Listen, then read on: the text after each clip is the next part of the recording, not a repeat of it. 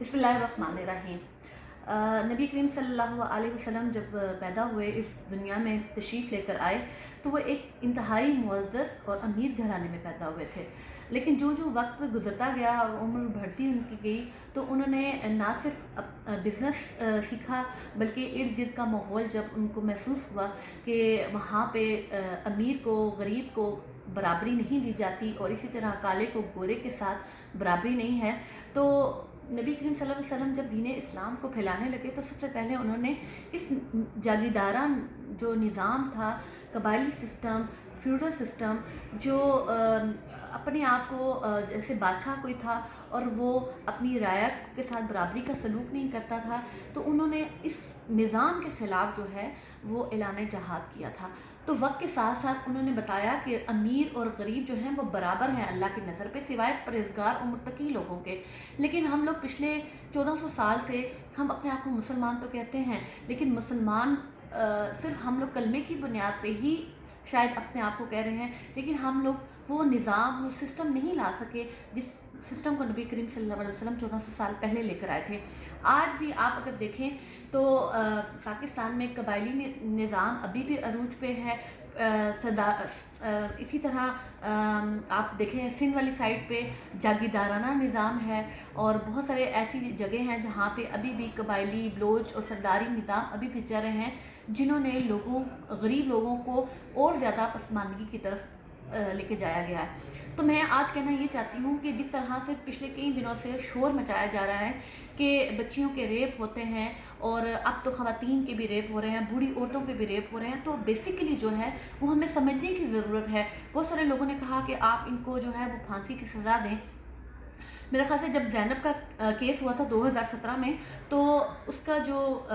बच्ची का कातिल था उसको सज़ाए मौत दी गई थी। लेकिन हमने देखा कि इन पिछले 2 सालों में मज़ीद ये केसेस जो हैं वो बढ़ते जा रहे हैं, लोगों के अंदर से खौफ ख़त्म हो चुका है और लोग मज़ीद फ्रस्ट्रेशन का शिकार हो गए हैं, और इस किस्म के जो वाक़यात हैं वो रोनुमा आए रोज़ हो रहे हैं। तो 3 दिन पहले हम लोगों ने देखा कि मोटरवे पे एक औरत के साथ जो है वो रेप किया गया और उनके साथ काफ़ी ज़्यादती की गई। तो मेरा बहुत सारे लोगों ने ये मशवरा दिया कि इनको फांसी लगाई जाए, शरीयत का निफाज किया जाए। बिल्कुल शरीयत का निफाज होने की ज़रूरत है, लेकिन उससे भी पहले मैं एक और बात कहना चाहती हूँ कि आप 4-5 लोगों को फांसी लगा भी देते हैं सरेआम, तो खौफ तो फैलेगा, इससे कोई शक नहीं है। लेकिन आप पार्लियामेंट के अंदर जो है वो आप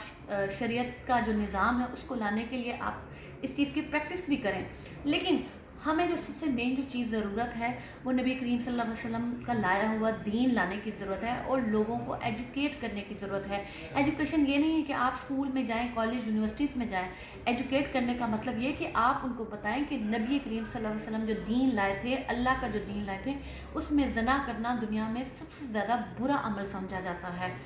और आप ज़ियाउल हक का जो दौर देख लें, उसमें वही निज़ाम था कि 70 कोड़े मारे जाते थे। लेकिन हम लोगों ने क्या किया कि हम लोग उस दौर से ऐसा निकले कि हम लोगों ने सिर्फ इस्लाम को इस चीज़ पे ला के खड़ा कर दिया है कि औरत जो है वो हिजाब पहने, अपने आप को कवर रखे, तो ही वो रेप से बच सकती है, और या मर्द दाढ़ी रखे तो ही वो मुसलमान है। ऐसी बात नहीं है। आप देखें कि आज ये सिस्टम पैदा हो चुका है कि घरों के अंदर भी जो है वो एक बाप अपनी सगी बेटी के साथ और भाई अपनी बहनों के साथ जो हैं वो ये ज़्यादतियाँ कर रहे हैं। तो इसका मेरी नज़र में यही है कि अगर जब तक आप लोगों को एजुकेट नहीं करेंगे, लोग कुरान पाक तर्जुमे से नहीं पढ़ेंगे, लोग दीन इस्लाम को नहीं समझेंगे, वो तब तक इस चीज़ से बाहर नहीं निकल सकते। मैं बहुत ज़्यादा जो गांव के इलाके हैं मैं उनमें विज़िट कर चुकी हूँ, और मैं जो हाँ तक समझी हूँ वो वक्ती तौर पे अपनी फ्रस्ट्रेशन को ख़त्म करने के लिए इस किस्म के घिनौने जुर्म करते हैं, और उनको सज़ा और जज़ा का कोई खौफ नहीं है। इसलिए सबसे ज़्यादा जो ज़रूरी है, आप सज़ा ज़रूर दें। जो भी इस खातून के साथ जो रेप हुआ उसके गुनहगारों को भी, और जो भी इस किस्म के करते हैं। लेकिन जो ज़रूरी चीज़ है, अगर आपने इस चीज़ को जड़ से ख़त्म करना है तो आप लोगों को एजुकेट करना शुरू करें। ये बहुत ज़रूरी अमल है, वरना ये जुर्म अगर आप फांसी के खौफ से ख़त्म भी हो जाते हैं, लेकिन ये घरों के अंदर जो हैं वो रहेंगे, और बच्चियां जो हैं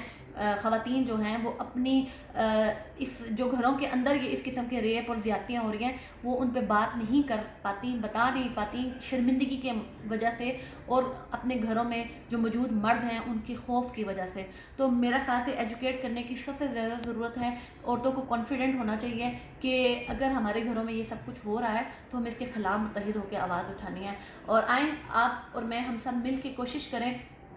کہ جو بات غلط ہے اپنے گھر میں سے شروع کریں، اپنے بچوں کو ایجوکیٹ کرنا شروع کریں، اور ہم سب کی ذمہ داری بنتی ہے کہ معاشرے میں لوگوں کو ایجوکیٹ کریں کہ یہ چیز انتہائی غلط ہے۔ نہ صرف اسلام ہمیں اس طرف غلط بتاتا ہے، بلکہ معاشرتی اور اخلاقی طور پہ بھی کسی کے ساتھ اس کی مرضی کے خلاف جرم کرنا کتنا بڑا گناہ ہے۔ شکریہ، جزاک اللہ۔